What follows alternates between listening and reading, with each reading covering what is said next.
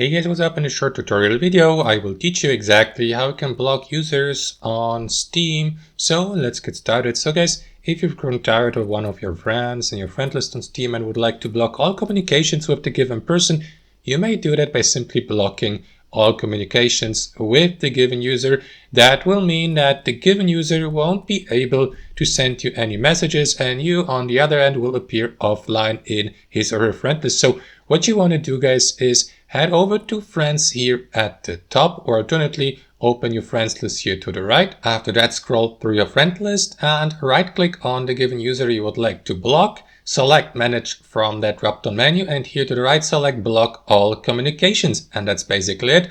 Now to unblock the given user, simply repeat the same process. Right click on the username here in the friend list, select manage from that drop down menu, and this time select unblock all communications, and that is going to unblock the given user so that you both can again communicate with each other, send messages and invite to gaming sessions and so on and so forth, guys. So that's basically it. Thanks for watching and have a fantastic day.